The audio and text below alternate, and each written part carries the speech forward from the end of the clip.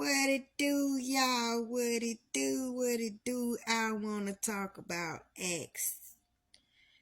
And I want to talk about Christianity. Like, I'm really trying to understand Christianity. Like, what is it? Can somebody please explain to me what Christianity is, right? Now, I had talked to this prophet, right? He told me to read Acts 2, and we supposed to be discussing Acts 2, right? But I went a little further into Acts. Now, I kind of got an issue with this. In Acts 2, that's when the disciples got the Holy Spirit. This Holy Spirit came. They said that tongues of fire came and landed on each disciple, and each disciple knew the language of a certain person, of them people that came from our old place. You say like one knew Spanish, one knew German, one knew Chinese, one knew Japanese, one knew Russian. You know, we gonna do it like that, right? So they was able to talk about God in any language, so every ear there could hear.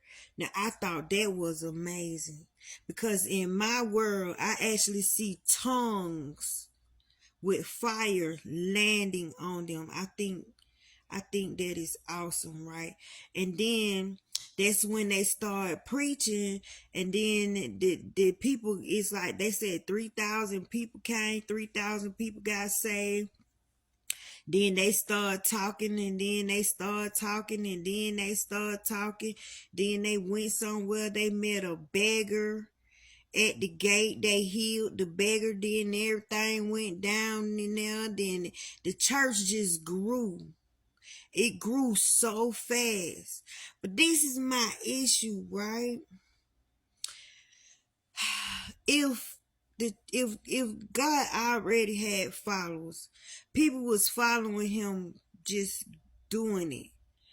That thing with Ananias and his wife got to me. You know, like the people was giving all that they had so everybody could split everything, and they lied and kept a little bit for themselves, which I don't think was a problem with them keeping things for themselves. And you don't tell everybody your business, right? But I guess the moral of the story is if they would have just kept it real, did like don't lie, then they wouldn't have dropped dead. But dude, if I'm keeping something to myself, I'ma tell you I ain't got it too. It ain't none of your business.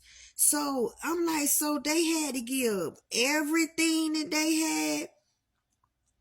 They couldn't keep nothing to themselves. Like they had to share everything. And this made the Holy Spirit mad. Y'all, if it ain't two gods in that Bible, right in that Bible, y'all think it's one God in there, y'all got to be crazy. You gotta be crazy. So he go knock off them because they kept stuff to themselves. He like, Ananias, you kept anything to yourself? You sure you gave us everything? And Elias like, yeah, I shared everything I got. Then he dropped dead. So of course, if I done join your church or your whatever you call this thing, and I see that person done drop dead because they lied, I'm gonna be scared. Then the wife come behind him and said, look. Then they don't even tell her what's going on, right? They just question her. And then he tell her, oh Lord, you done lied to. Now you gotta be carried out along with your husband. She probably like, my husband dead? Like, where did she drop dead? Just because they wanted to keep a little bit of their stuff to themselves. I have a problem with that. So the Holy Spirit killed them. Well, unalive them. I got a problem with that. So they said after that happened, the word spread around. That's fear. To me, the Holy Spirit spreaded fear. The Holy Spirit created fear. And then if you got a fear of God, right? That don't mean you run from God, you hide from God. No, the fear of God is his power, his authority. He give it to you so when the demons come, when you speak, they tremble. When you walk in the room, people shut up that been talking about you. Your presence and your shadow speak for itself. That's the fear of God, not being scared. No. But the Holy Spirit created a fear. It's like they were feared up into Christianity. They couldn't say no. And they said that it was prominent men, very well versed men, but they were scared to join because they were scared of being killed. Like maybe they weren't righteous enough. If that ain't no cult and y'all talking about the Masonic order is evil, that Holy Spirit, what was wrong with the Holy Spirit? Y'all help me understand. And then, after all that stuff went down, they found out about how big the church was getting. They said, we got to stop this. These folk believing and loving on each other. We can't have this. They pushing us out. So they sent Saul after them folks.